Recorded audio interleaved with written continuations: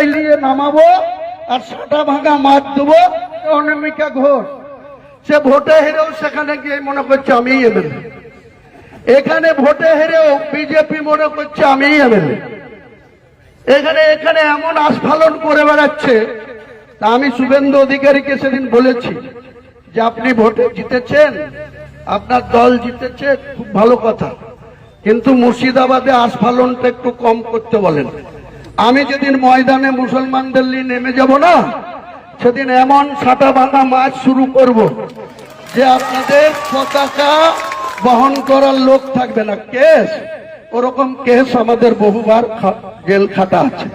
ক হাজার লোককে আপনি বহরমপুর সেন্ট্রাল জেলের যে আয়তন, তাতে 4700-র বেশি 4800 লোক ধরে না। লাখ লাখ লোককে রাস্তায় নিয়ে নামাবো। সম্মানীয় হুমায়ুন কবির মহাশয়, আপনি কালকে বেলডাঙ্গা 2 এর আপনার দলীয় সভামঞ্চ থেকে যেভাবে আমার দলকে অপমান করেছেন এবং তার সাথে আমাকে যেভাবে ব্যক্তিগত আক্রমণ করেছেন সেই দলীয় সভামঞ্চ থেকে, তা অত্যন্ত নিন্দনীয় এবং লজ্জাজনক। আপনি ভরতপুর নিয়ে বেশি মাথা ঘামাচ্ছেন। আপনি বলছেন ওখানে মানে মানে আমার অত্যাধিক আস্ফলন। আমি বলছি কোথায় গায়ে লাগছে? ও আপনি তো ভরতপুরে যখন এমএলএ ছিলেন তখন তো থ্রেড কালচার এবং তোলাবাজিটা আপনি শুরু করেছিলেন। এখন তোলাবাজিটা বন্ধ করে দিয়েছে, তার জন্য বোধহয় আপনার একটু গায়ে লেগেছে না? মানে গোটা মুর্শিদাবাদে যেখানে যেখানে আপনি প্রার্থী দিয়েছেন কোনো জায়গায় প্রার্থী উইথড্র করেননি, শুধু বেছে বেছে ভরতপুরের বুকেই প্রার্থী উইথড্র করতে হলো। কেন? তৃণমূলকে সুবিধা পাইয়ে দেওয়ার জন্য। আজকে তৃণমূল তো জিতে গেছে, আমি হেরে গেছি, কিন্তু থ্রেড কালচার এবং তোলাবাজি বন্ধ করে দিয়েছি। কষ্ট হচ্ছে না? সেই কারণে দলীয় সভামঞ্চ থেকে আমাকে আক্রমণ না? মানে 2 দিন আগে যেই ভরতপুরের বুকে আপনাকে মহরমের জন্য বহু আমন্ত্রণ দিত, এবারও দিয়েছে কিন্তু কম দিয়েছে। এবারে বিজেপির নেত্রী অনামিকা ঘোষকে মহরমে দিকে দিকে আমন্ত্রণ জানিয়েছে এবং তারা তাদের ভালোবাসা ব্যক্ত করেছে। তার জন্য বোধহয় কষ্টটা একটু বেশি হয়েছে।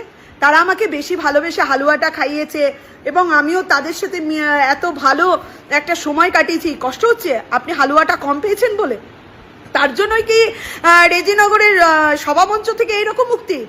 আমি আপনাকে বলে যেতে চাই, ভরতপুরের বুকে কোনো তোলাবাজি আর হবে না, সালারের বুকে আর কোনো তোলাবাজি হবে না। সব তোলাবাজি বন্ধ, সব তোলাবাজি বন্ধ। আর আপনি কি বলছেন?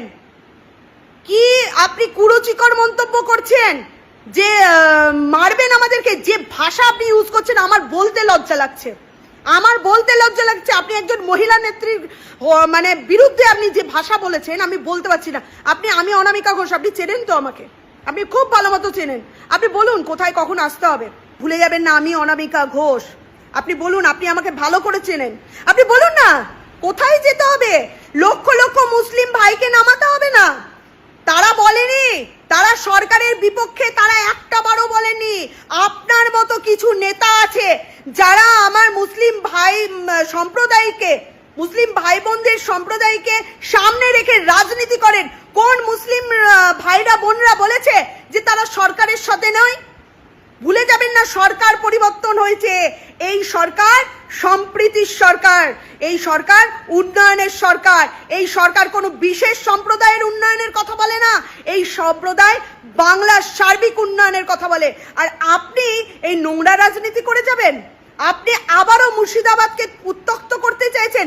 আপনি বলুন কোথায় বিজেপিকে মারবেন, আমাকে কোথায় মারবেন বলুন, কোথায়? আপনার জায়গায় যাব, আপনার জায়গায় যাব, আপনি একা আসুন, আপনার এত ভয় কিসের? আর আপনি মারুন, আপনি মেরে চলে যান। কেন আমার মুসলিম ভাইরা তারা আমাদের বিজেপির লোকজনের গায়ে হাত দেবে, আমার গায়ে হাত দেবে এবং তারা কেন জেল খাটবে? ভাই জেল খাটতে হলে আপনি খাটুন, নেতা খাটবে, কর্মীরা কেন খাটবে? কর্মীরা কেন খাটবে? আপনার মতো নেতারা এই সমস্ত কর্মীদের ভর করে রাজনীতি করে, নোংরা রাজনীতি করে।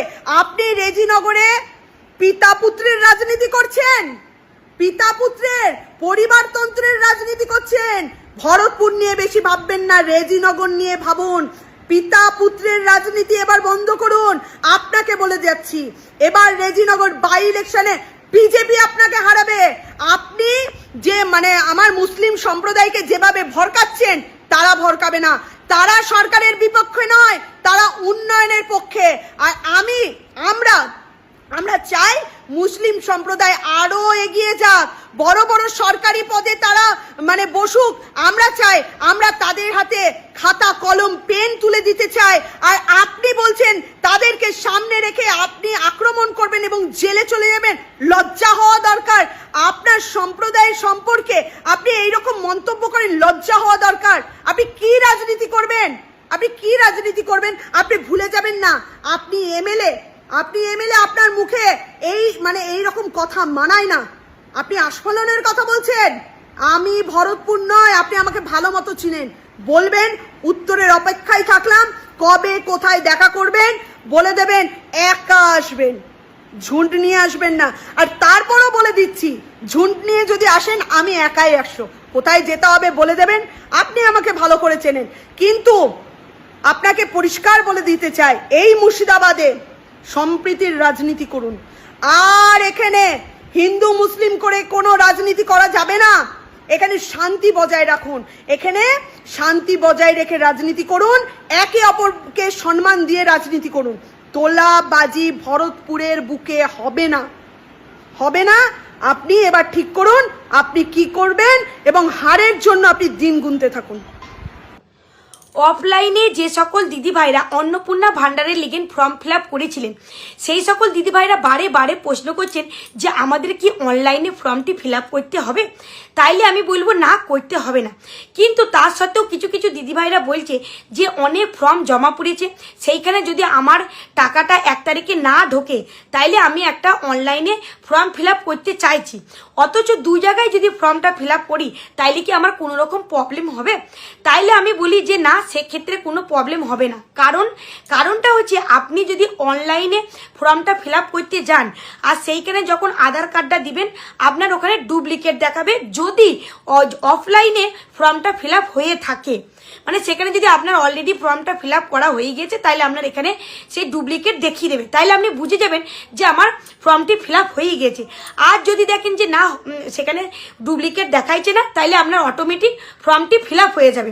এবার কথা হচ্ছে, আপনি তো অনলাইনে করে ফেললেন, তাইলে অফলাইনে যে জমা দেওয়া আছে তখন যদি তারা করতে যায় তাইলে আপনার কি কোনো সমস্যা হবে? তাইলে বলি না, তখনও তাদের সেম প্রসেসই সেইখানে দেখাবে এবং তিনারাও বুঝে যাবেন যে আপনি অনলাইনে অলরেডি আপনার ফর্মটি ফিল আপ করে ফেলেছেন। সেই লিগেন আপনার কোনো সমস্যা হবে না। আপনার মন শান্তি করার লিগেন আপনি অফলাইনে করার পরেও অনলাইনে করতে পারেন, কিন্তু আমি বলবো করার কোনো প্রয়োজন নাই। এবার আপনাদের ইচ্ছা, আপনারা করবেন কি করবেন না।